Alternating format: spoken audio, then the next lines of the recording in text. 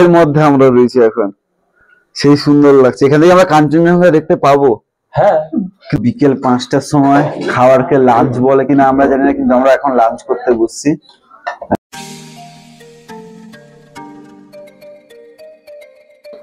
আজকে আমি আপনাদের যে অভিজ্ঞতাটা শেয়ার করব তাতে আপনারাই শুনে বলবেন এত জার্নি করার পরও কি এতটা ধৈর্য রেখে পুরো ঘোরা যায়।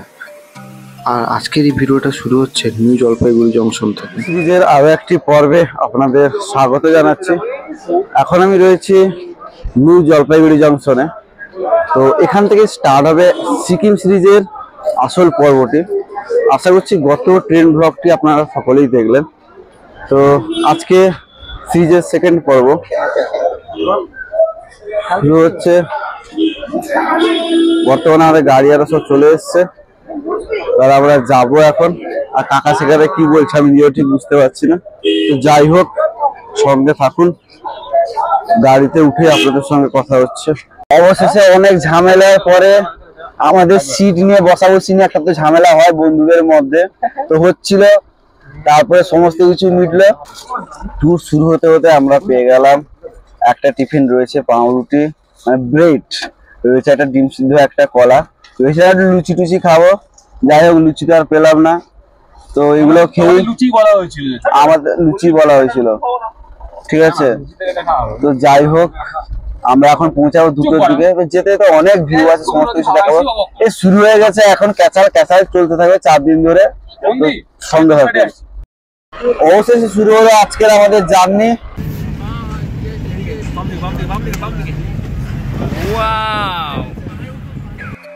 করোনেশন ব্রিজ ভারতের পশ্চিমবঙ্গ অঙ্গরাজ্যের সেবকে অবস্থিত।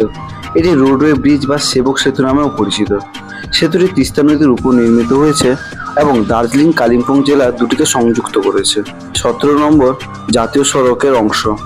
এর ভিত্তিপ্রস্তর বাংলার তৎকালীন গভর্নর জন অ্যান্ডারসন 1937 সালে স্থাপন করেন।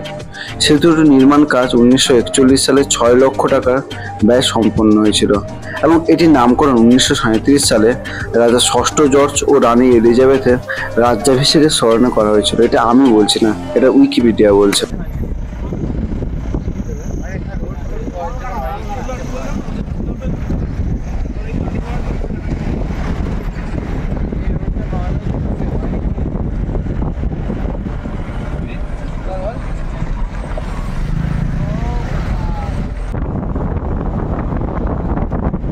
এতক্ষণ ধরে একটু গাড়ি জার্নি হলো, তার মাঝখানে একটুখানি নেমে চাটা খেতে হবে, যেহেতু কাল সারা ঘুম হয়নি, সবার চোখে পুরো ক্লান্তির ছাপটা স্পষ্ট।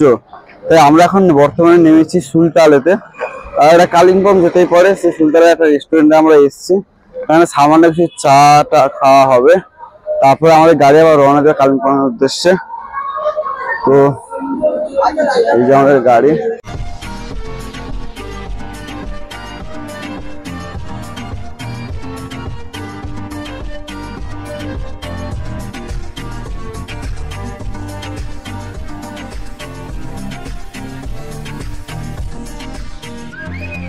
কাছাকাছি আধা ঘন্টা 45 মিনিট হয়ে গেল। আমরা এখন দাঁড়িয়ে রয়েছি কালিম্পং এ, সেখানে একটা মার্কেটে।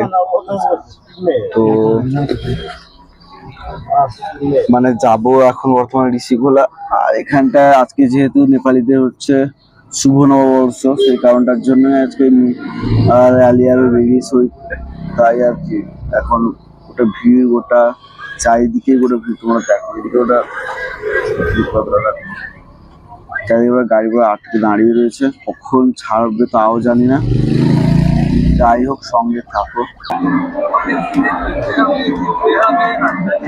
1.5 থেকে 2 ঘন্টার জ্যামে আটকে থাকার পর আমাদের গাড়ি এখন রওনা দিল ঋষিগোলার উদ্দেশ্যে। তো যাই হোক, আস্তে আস্তে কি কি হচ্ছে সেগুলো তোমাদের সমস্ত কিছু আপডেট দিব। এখন বর্তমানে ঋষিগোলার দিকে যাওয়া যাক। লাইন কিছুটা হলেও ফাঁকা রয়েছে, গাড়ি যাচ্ছে। আবার কোথাও আটকে যাবো নিজেরা যাবে না। যাই হোক, চলো। তো এখন আমরা যাচ্ছি ঋষিগোলা এবং এখানে টেম্পারেচারটা হচ্ছে কাছাকাছি 22 থেকে 30 ডিগ্রি সেলসিয়াস। এখন হঠাৎ গরম ছিল, গরম থেকে হঠাৎ করে ঠান্ডা লেগে গেল, টেম্পারেচারটা পুরো পাল্টে গেল।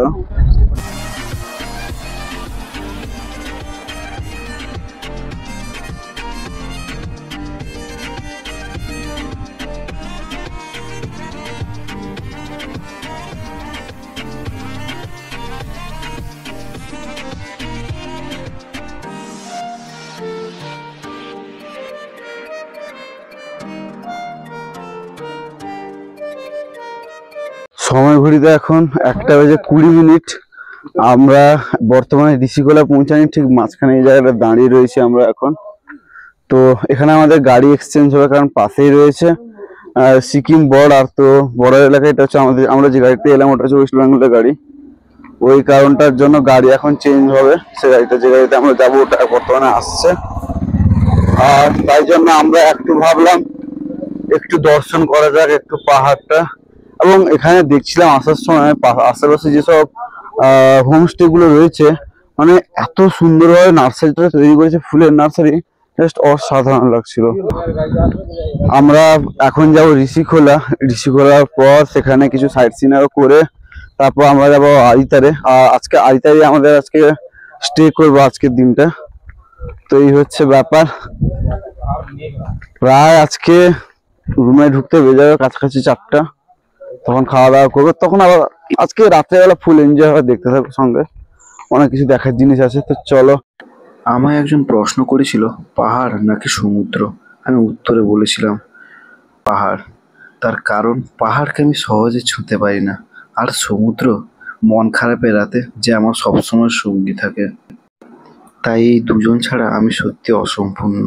সময় ঘড়িতে এখন 3:30। আমরা এখন এসে পৌঁছালাম বিশ্ববিনায়ক টেম্পেলে। তো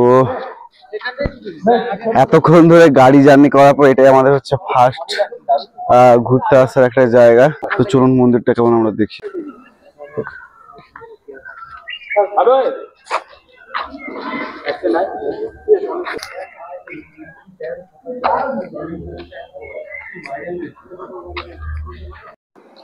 বিশ্ববিনায়ক মন্দিরটি সিকিমের পাকিয়ং জেলার রেনোকে অবস্থিত। বিনায়ক শব্দের অর্থ হল গণেশ। এই মন্দিরটি স্থাপিত হয়েছিল 3রা অক্টোবর 2016 সালে। হিন্দু ধর্মের এই বিশাল ধর্মীয় অবকাঠামোতে গণেশের 51টি মুখ রয়েছে, যার প্রতিটিতে 12 ফুট করে 16টি মুখ মন্দিরের প্রধান প্রবেশপথের দিকে করিডোরে স্থাপন করা হয়েছে। আর একটি আকর্ষণ হলো বিশাল পৌরাণিক দেবতা বনাম দেবতাদের সমুদ্র মন্থন মূর্তি। বিশ্ববিনায়ক মন্দিরে শিবলিঙ্গ এবং হনুমানের মূর্তিও রয়েছে। বেশ সুন্দরই কিন্তু লাগছে এই ভিউটা।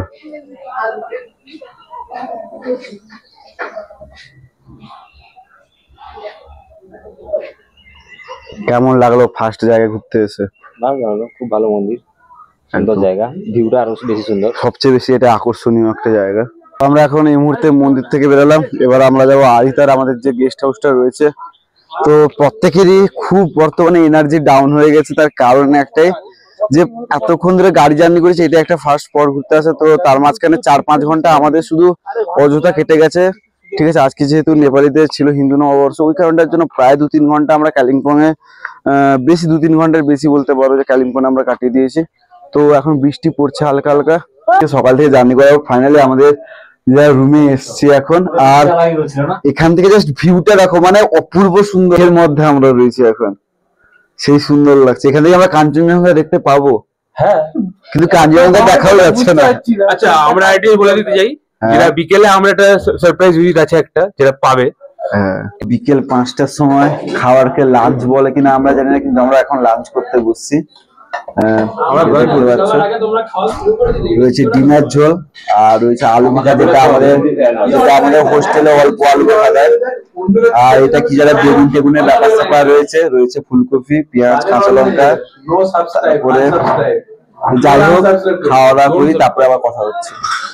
বন্ধুরা, এখন আমরা একটু রেস্ট নিয়ে এই বিকালবেলা খাওয়া দাওয়া করে এখন বেরিয়ে পড়েছি আরিতা লেকের উদ্দেশ্যে। তো কাছে যেহেতু 5 মিনিটের হাঁটার পর, তারপরে রয়েছে লেক। একদম আমরা ঠিক রাস্তায় আছি। একদম কমেন্ট সেকশনে জানাও আমরা কি ঠিক রাস্তায় আছি। তো ওরা কি করে জানবে, ওরা তো আসেনি। ঠিক আছে, তো এখন আমরা আরিতা লেকের দিকে এগোচ্ছি। চারদিকে পুরো শুনশান জায়গা, সব বড় বড় গাছপালা দেখতে পাচ্ছ এখানটায় চারিদিকেই। আমরা এখন যাই আরিতা লেকে, তারপর তোমার সঙ্গে আবার কথা হচ্ছে। এটা হচ্ছে সেই লেক। ওখানে বোটিং এর অবস্থা ছিল, এখন যেহেতু সন্ধ্যা হয়ে গেছে সেখানে বোটিং টোটিং হবে না। এই সন্ধ্যাবেলায় লেকের চারদিকে হাঁটার একটা আলাদাই সৌন্দর্যতা আছে, একটা আলাদাই শান্তি মিলে, যেমনটা ঠিক সমুদ্রের কাছে গেলে মিলে। এখানে আমাদের বাকি সব মেম্বাররা রয়েছে, আমাদের এক্স ট্যুর প্ল্যানার, যাকে আমরা বহিষ্কার করে দিয়েছি। এখন নতুন ট্যুর ম্যানেজার এখানকার। তো যেই হোক, তো এখানে কেউ উল্টাল্টা গালিগালাজ করবে না, এটা ফ্যামিলি ভ্লগ।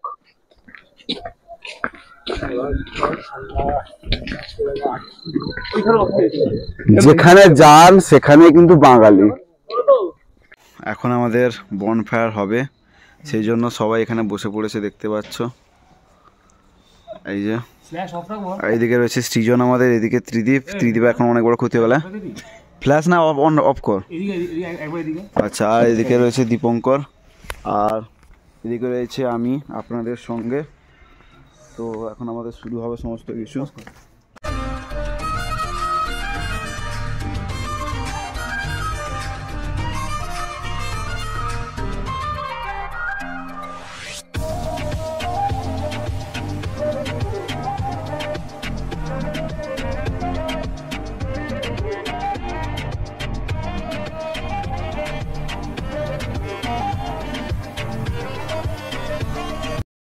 বন্ধুরা, ঘড়ির কাঁটায় এখন সময় 9:24। তো একটুখানি ঘুমিয়ে পড়েছিলাম, যেহেতু অনেক ঘুম টুম ঠিকঠাক হয়নি 2-3 দিন ধরে। তো শুয়ে পড়েছিলাম।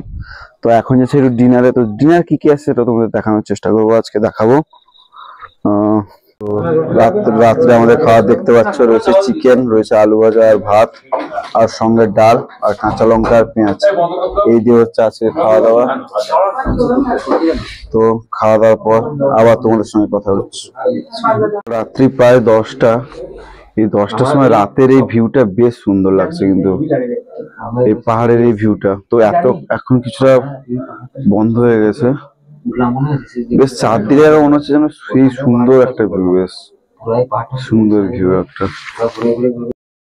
তো সিকিম সিরিজ এই দ্বিতীয় পর্বটি আপনাদের কেমন লাগলো অবশ্যই কিন্তু কমেন্ট করে জানাবেন। আর ভিডিওটি ভালো লাগলে অবশ্যই কিন্তু লাইক করবেন, কমেন্ট করবেন, শেয়ার করবেন, সাবস্ক্রাইব করবেন। দেখা হচ্ছে সিকিম সিরিজের আরো একটি পর্ব আপনাদের সঙ্গে খুবই তাড়াতাড়ি। ততক্ষণের জন্য টাটা।